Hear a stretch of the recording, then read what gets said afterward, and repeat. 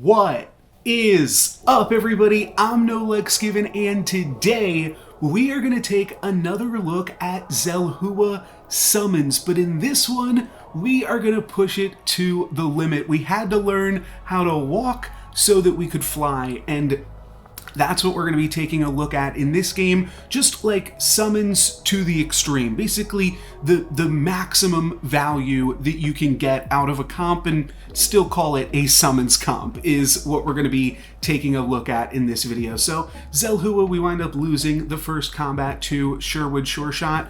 Just going to pick up a goat plus a witch's brew here to try to stay as strong as we can, and that's gonna let us do some silly things in the next shop.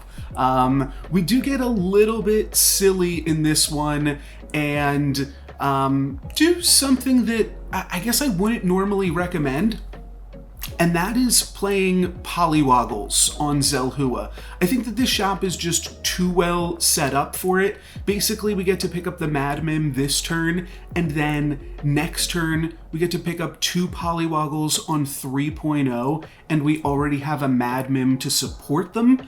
So I think that that is a really good use of Mad Mim on Zelhua. The reason I say that I don't typically play Mad Mim on Zelhua is because you're only saving 1 gold because everything costs 3 on Zelhua, and part of the power of Polywoggle is you're getting things a little bit cheaper. So we're not really going to be getting that big of a discount, but it could be a pretty big tempo play. We're basically taking this turn to not really do that much, but then next turn we'll potentially have some really good units. I do also debate some other things here, like we could take the prized pig plus 1 polywoggle, but if we do that, then we can't play 2 polywoggles, 1 in slot 1 and 1 in slot 2.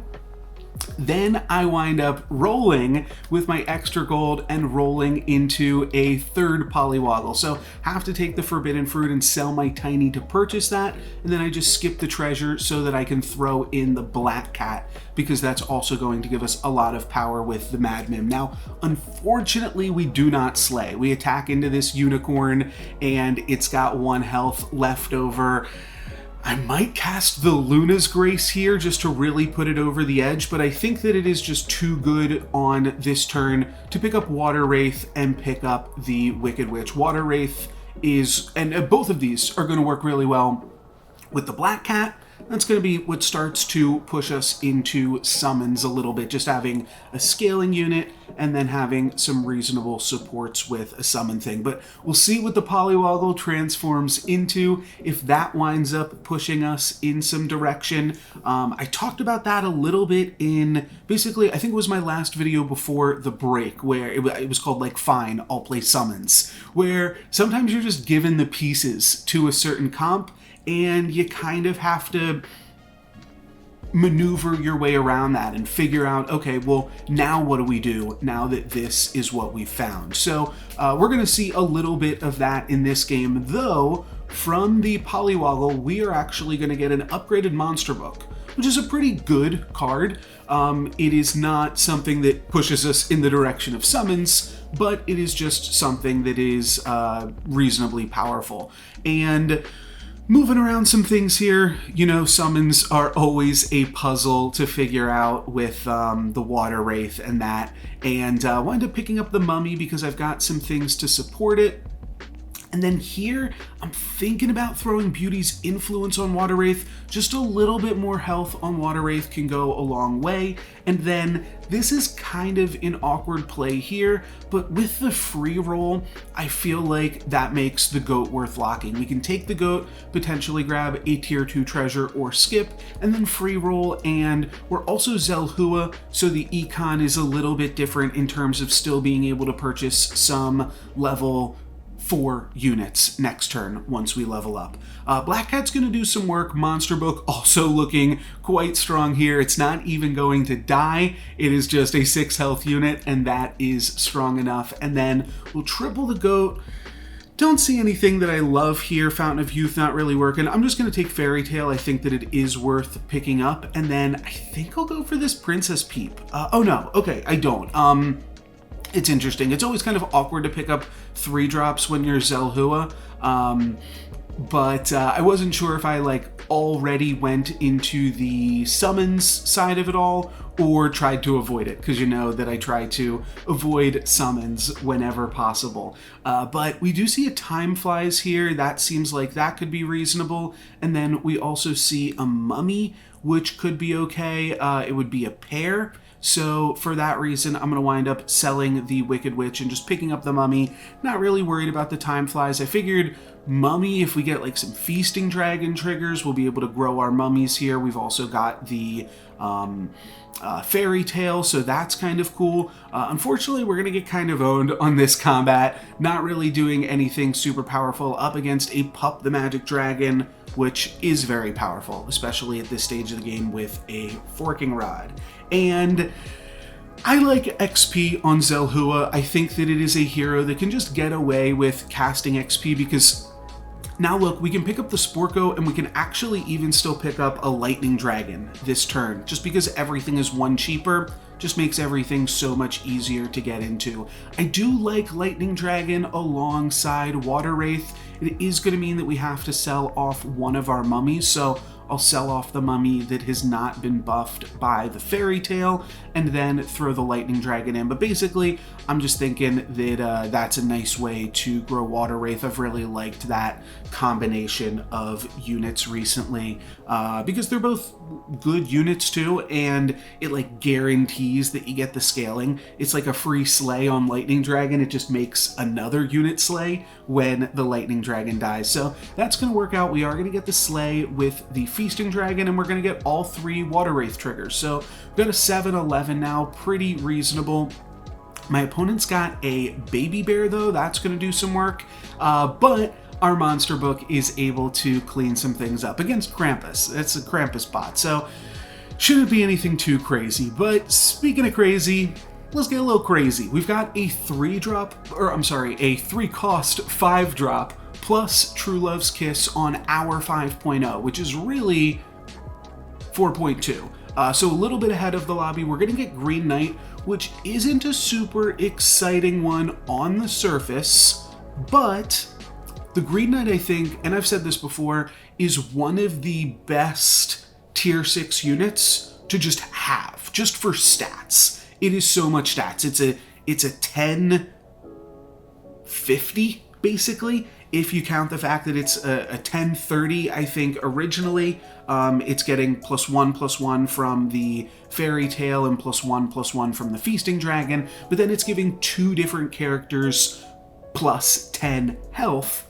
So it winds up generating into a bunch of additional stats, and that's going to carry us a little bit here. They're eventually going to go down, but then we still have this huge Green Knight in the back, and along with the monster book, that's going to be enough to clean it up. So Green Knight still definitely doing some work, and I told y'all this was a silly one. We're going to get a little bit sillier even so. Masquerade Ball. It's another one of those things where on Zelhua, I feel like you have a little bit more liberty to cast some spells like this because everything else is so much cheaper. So go for the Masquerade Ball, and here's where we find the Bear Stain, and that's kind of what I was hinting at earlier on in the video. Now we've got Bear Stain. I'm just going to pick up the Wombats for now, but I feel like that might be enough to just have some strong stuff going on here. I don't know if I really want to play the Black Cat at this point. It doesn't seem super strong. I could play the Black Cat in front of the Sporko, but I'm actually just going to wind up picking up a Princess Peep. I knew I picked up one of those eventually. And then I didn't mention picking up the second Water Wraith, but using the Green Knight to support both of the Water Wraiths is good. Just giving them a little bit of extra survivability is always pretty nice. We're going to get a Mummy off of our Wombats. Nothing too crazy, but then we will get some pretty reasonable sized units, a 6/6 and then a 6/26 on the Peep with the Bear Stain and Green Knight. Unfortunately, not going to be enough to win the combat, but we are still at a pretty healthy 18, and here's where we really get to move into summons. With this Eye of Ares pickup, now everything is just going to have a ton more attack. When things are summoning with Bear Stain, they're going to get +10 attack as well. So overall, just very, very strong and looking like a pretty reasonable summons comp at this point. I do like the end on Zelhua. I like picking up XP. I think that it is something that you can get away with. So I'm going to the end my Feasting Dragon and do a little bit of rolling here. And I believe at the very last second, I am going to, I guess I must do 2 more rolls, and then I very quickly put in a Hercules. 2 XP up on the rest of the lobby. Hercules with Eye of Ares, meaning it only needs 4 hits to connect and get that treasure. All of that stuff seems pretty good to me. We are going to lose our newly upgraded Water Wraith, but now we are double supporting the Wombats in Disguise with Sporko and Green Knight. So you can see like 26 sheep.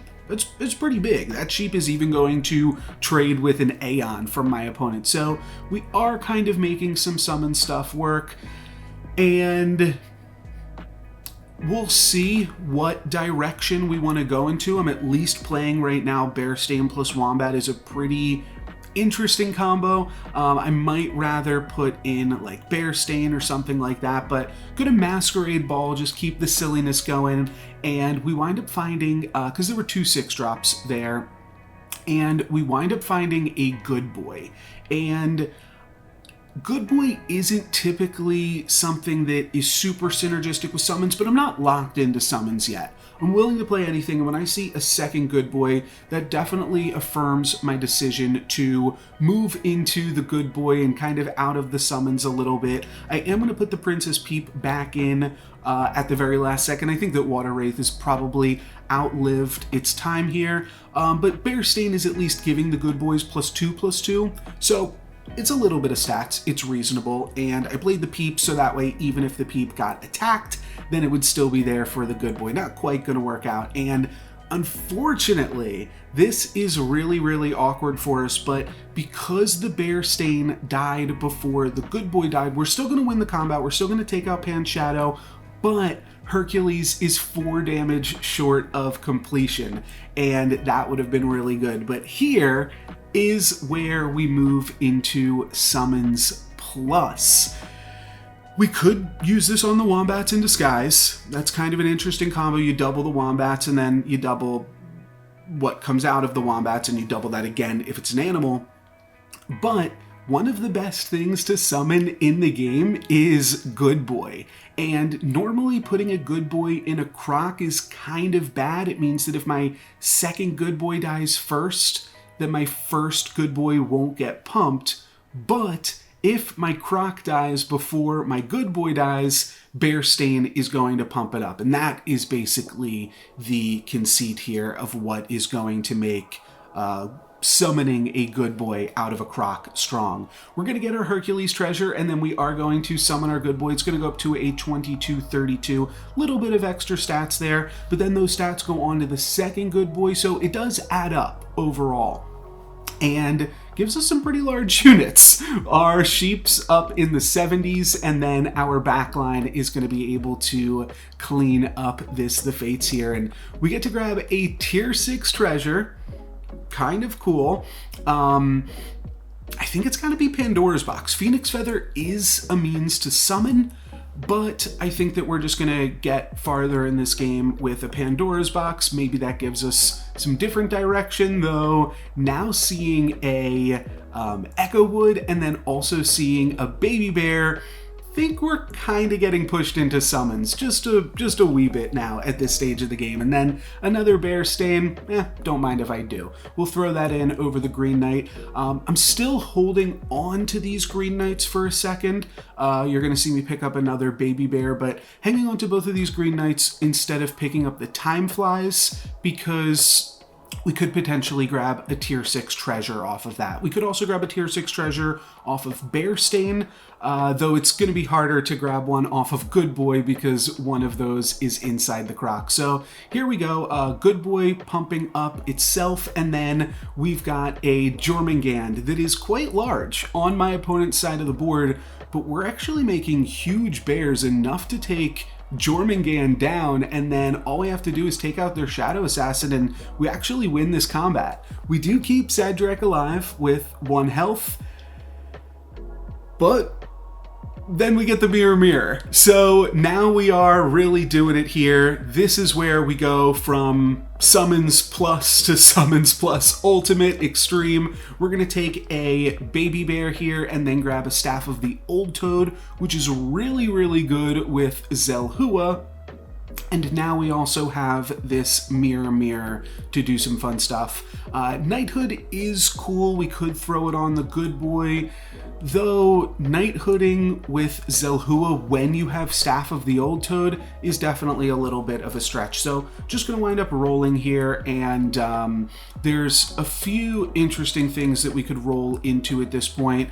Bearstain, Echo Wood, additional good boys would still be good, Croc would still be great, and then Green Knight could even be really cool. So we'll see if we have the stats right now to take down this pup, but I think that we will, because we are just summoning really, really big good boys, and then once my good boy dies, if it ever does, it will resummon as well. And Echo Wood is not quite going to be big enough, but here we go. Good boy will resummon as the fight is over here, just to deal a little bit more damage to pup. Interesting thing to note, just how the order of summons is going to work. We'll pick up another good boy here with Mirror Mirror. So Mirror Mirror will replace Baby Bear, as you saw, but it will not replace Croc.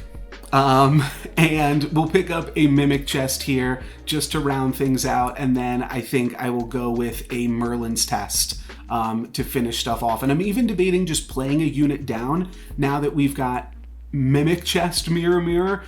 We are definitely really strong, but you'll see, I mean, you might have seen it last combat.